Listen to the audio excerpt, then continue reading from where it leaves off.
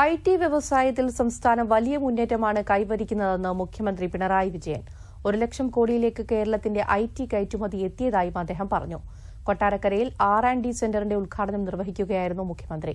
കൂടുതൽ നിക്ഷേപകർ കേരളം തിരഞ്ഞെടുക്കുന്നതായും അദ്ദേഹം പറഞ്ഞു.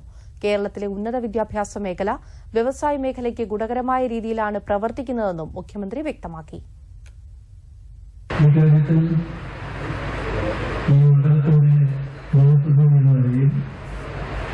സംസ്ഥാന ധനകാര്യമന്ത്രി എടുത്ത സംശുദ്ധ താൽപര്യം അതുവഴി നടത്തിയ പ്രവർത്തനങ്ങൾ അത് പ്രത്യേകം പരാമർശമർഹിക്കുന്ന കാര്യം. നമ്മുടെ നാട് IT വ്യവസായത്തിൽ